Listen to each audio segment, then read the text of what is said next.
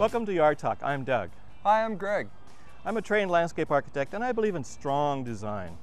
I'm a born naturalist and I think that good design can create great backyard wildlife habitat. As you'll see, we sometimes look at gardens in different ways. But we both agree that the natural approach to lawn and garden care is the best.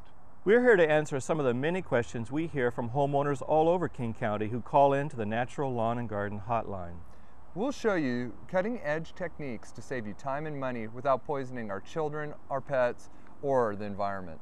Welcome to Seattle Tilth. It's located at the Good Shepherd Center in Seattle's Wallingford neighborhood. Built in 1907, the home of the Good Shepherd supported young girls in need. In the mid-1970s, the 12-acre home became a community center. Tilth is a great place to learn about gardening, especially soils. What kind of soil do you have? It does make a difference. A lot of people think they just have clay in their soil, but you might have sandy areas, pockets of clay, and hardpan. Yeah, you go out into your yard and dig around and you super hard to get a shovel in there. It may not be that bad of soil. It could just be compacted, but you may have all the components there to have a really healthy and great soil for growing your plants. Fortunately, today we have this wonderful expert and my personal hero. And mine too. Lisa Taylor, who's going to talk to us all about soil. Yeah.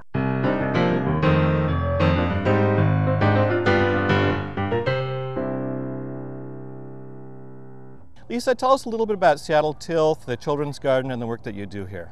Well, Seattle Tilth's a nonprofit organization. We're a teaching group. We teach about organic gardening and composting. And we're standing right here in our demonstration garden, which is here at the Good Shepherd Center in Wallingford. This is a demonstration site. It used to be where the old tennis courts were. And we've been showing folks how to garden on a small scale in a backyard type setting for about 28, 29 years now. I notice you have a few rabbits running around here, and kids. Well, there's always a lot of activity here at the Seattle Tilth Gardens. We're right next to the pea patch here at the Good Shepherd Center. There's a school here and an active community center. And lately, we've been visited by Peter Cottontail. Yeah. Well, we both know how important it is to start with good soil in your garden. Yeah. And the first step is to kind of know your soil. So you're going to show us some things today? Yeah, I've got some friends who are going to help us do some soil tests today. And we're going to go over to the children's garden and do that. We'll show you how to look at your soil and figure out whether you've got clay or sand or what you have. And then we'll tell you how to make it better. It's called the squish test? Yeah, we've got a sediment test and a squish test. These are easy tests you can do at home with no special equipment. All right, let's go. Well, I'm here with some experts in soil and worms. These are fourth graders from the Meridian School. This is Christine and Dylan and Andrew. And they've been studying worms. And one of the things we do in the children's garden is to teach children how to care for the soil, how to care for the creatures that make good soil, and how to care for each other and the plants and animals that live here in the garden. So you guys, what I'm going to have you do is collect some soil samples, and I'm going to show you how to do it first, and then you each can collect samples from different places in the garden. What we're doing is we're testing the texture of the soil. So what you do is you dig a hole about 6 inches wide and 6 inches deep, and then you're going to just take a slice like this, like a slice of ice cream, and add it to the bucket, okay? And what we're gonna, oh, look, yeah, there's a worm in there. Well, that's a good sign. And you guys were telling me about worms. What's good about worms? They help the soil. Yeah, they do, they do. Food waste. They eat food waste, and the food waste changes into what? Soil. Soil, awesome. So we care about those creatures. So you guys wanna try doing this, and then we'll see what we do from there? Okay. Sure. Great.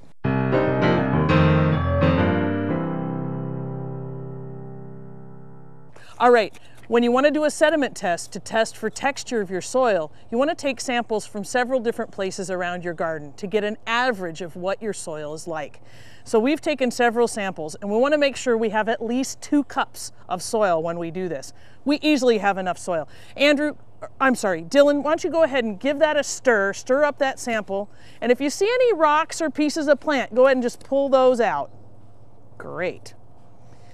After we stir up the sample, Christine's going to put 1 cup of soil into a quart mason jar, and then Andrew's going to fill it with water, and then we'll show you what happens. All right, that looks great. All right, Christine, go ahead and put a cup of soil in there. That looks good. Pull out any of those roots that might happen and that worm. We don't want that worm to drown. All right, good deal. Great. All right, Andrew, go ahead and fill that with water and put the lid on.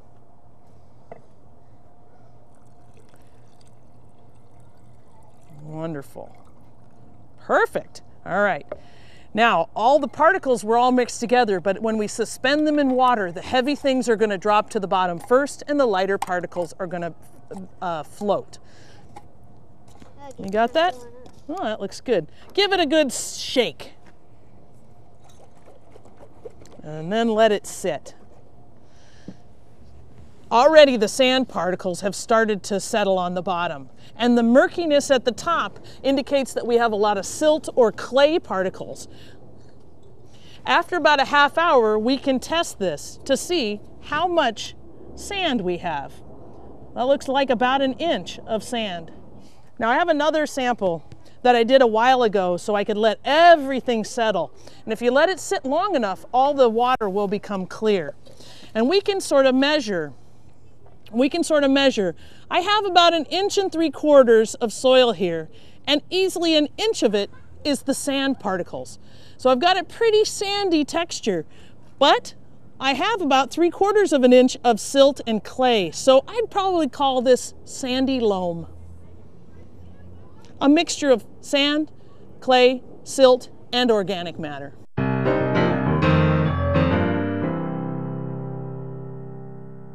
Another way to learn about the texture of your soil is to do the squish test, but we're going to need some special equipment.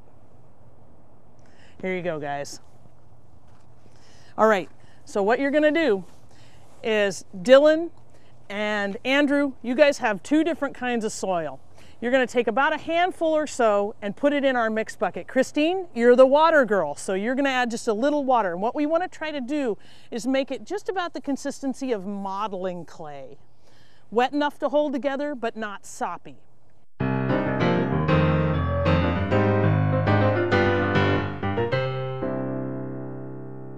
With a sandy soil, because the particles are so large, they don't really stick together and you can't make much of a worm with that.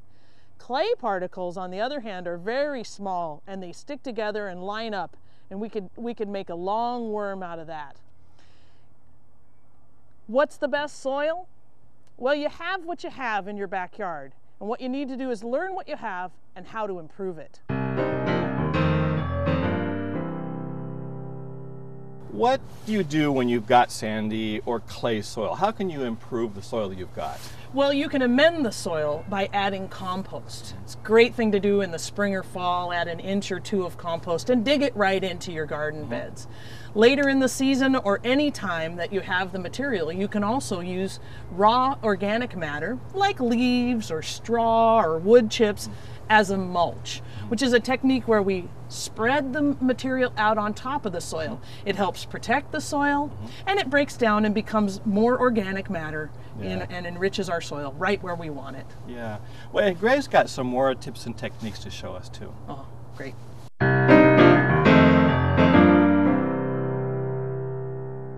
We're here at the Seattle Tilth demonstration garden where they have all the different kinds of native plants here showing how you can use them in your landscape. One other really neat thing that they have that you don't see too often yet is a green roof on their greenhouse. This is a vegetated roof. It has plants growing all over it, and these plants and the soil they're growing in help filter the rainwater when it comes down and slow it and keep it from rushing out and scouring the salmon eggs right out of the stream. So it's a really neat environmental feature that's right here. But we're here today to talk mulch. Exciting stuff. Well, here in the demonstration garden, this one is mostly full of native trees and shrubs. Now these are woody plants. So for woody plants, we need a woody mulch. This woody mulch here is ground up arborist tree trimmings. So it has branches and trunks that have all just been chopped up in one of those big hoppers. And these plants, this mulch will help protect the soil and it'll gradually break down, feed the soil, and feed all the little microorganisms underneath, and it'll really make it healthy for these plants. So what we're going to do, and during summer it also helps conserve water. We're just going to take this mulch and dump it around this plant.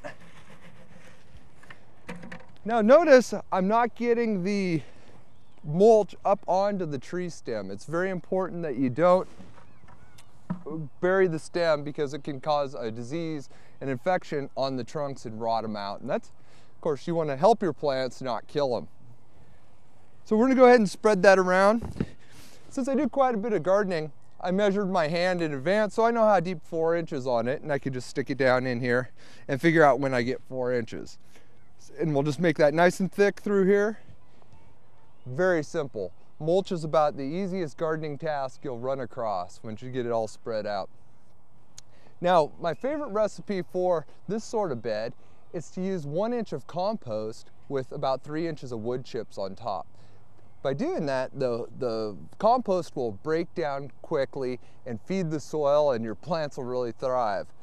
Whereas the wood chips on top, they help to suppress weeds and retain that moisture. So you get all those great benefits all mixed in there together. Now, if this were a perennial or an annual bed that had like your carrots and turnips and flowers, we wouldn't want to use this woody mulch on there. They're not woody plants. Instead, let's use a compost or things like grass clippings or leaves or things that'll break down and feed the soil. Those are much better choices in that sort of landscape.